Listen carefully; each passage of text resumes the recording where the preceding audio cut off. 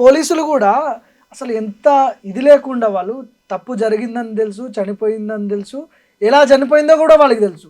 వాళ్ళు యూనిఫామ్ వేసుకొని కూడా పచ్చి అబద్ధాలు మాట్లాడకుండా ఒక స్క్రాచ్ లేదు, ఒక ఘాటు లేదు, ఆమె ఎట్లా చనిపోయిందో ఎవిడెన్స్ వీళ్ళే డిసైడ్ చేస్తారు. రేవంత్ రెడ్డిని కాపాడటానికి వీళ్ళే డిసైడ్ చేస్తారు. మేము ఏమంటున్నాం, మీరు కూడా గతంలో రేవంత్ రెడ్డి గారు చెప్పింది చెప్తున్నా, వాళ్ళు గులాబీ కలర్ డ్రెస్లు వేసుకొని పనిచేసిరా అన్నాం. వీళ్ళు ఏ కలర్ వేసుకున్నారు మరి? నీ పార్టీ కలర్ కండవాలు వేసుకుంటే కప్పుకోమని పోలీసు. మాకు చట్టం అంటే గౌరవం ఉంది, పోలీసు అంటే గౌరవిస్తాం మేము.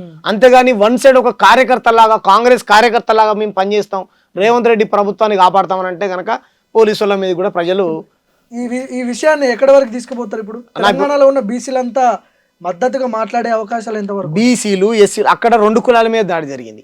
అక్కడ ఒక బీసీ మీద జరిగింది, అక్కడ ఎస్సీ మీద జరిగింది. చేసిన వాళ్ళు ఎవరు? రేవంత్ రెడ్డి, రెడ్లు.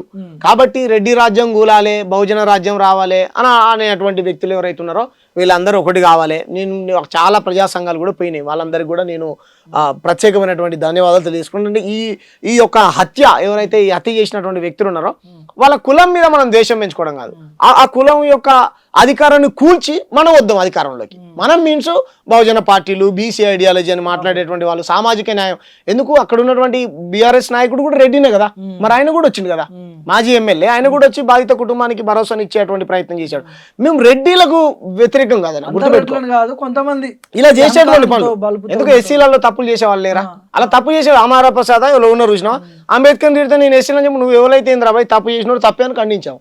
మా కులం అని వెనకేసుకురావు, మంది కులం తప్పు చేసిన కుల అందరినీ కూడా తప్పు పట్టం. చివరిగా ఈ ఎపిసోడ్ మొత్తానికి ఒక డెఫినేషన్ ఏం చెప్తారు? నేను ఏం చెప్తున్నా అంటే, ఈ రాష్ట్రంలో ఉన్నటువంటి ప్రజా ప్రతినిధులు ఎవరైతే ఉన్నారో, మీరు హిందూ ముస్లిం పంచాయతీలు పెడతానికి బాన్సువాడ పోతా, కామారెడ్డి పోతా, అక్కడికి పోతా, ఇక్కడ పోతా కాదు. పనికి మాలిన పంచాయతీలు, హిందూ ముస్లిం పంచాయతీలు పెట్టుడు కాదు. అక్కడ సామాన్య ప్రజల మీద దాడి జరిగింది. 2 నెలల పసిపాపను రెడ్డి అహంకారంతో కొంతమంది దొరలు కాలుతో తొక్కి, ఓకేనా, కండ్లు కూడా తెరవలే, ఆ పాపని చంపేశారు.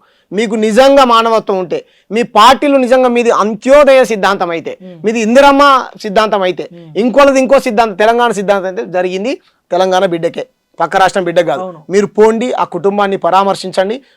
ఎవరైతే వాడు దాడి చేసిండో, దాడి చేసినటువంటి వ్యక్తుల్ని పట్టుకోవాలని ప్రభుత్వం మీద, అక్కడ ఉన్నటువంటి సంబంధిత పోలీస్ అధికారుల మీద ఒత్తిడి పెట్టండి. రేవంత్ రెడ్డి ప్రభుత్వం మీద కొట్లాడండి.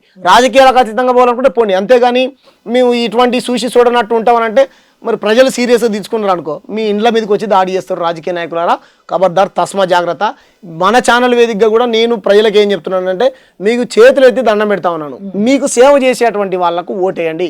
ఇటువంటి దొరలకు, భూస్వాములకు ఓట్లేసి అవమానాలకు గురై మనం చంపేదాకా మనం తెచ్చుకోకండి. ఇది చెప్పదలుచుకున్నాను.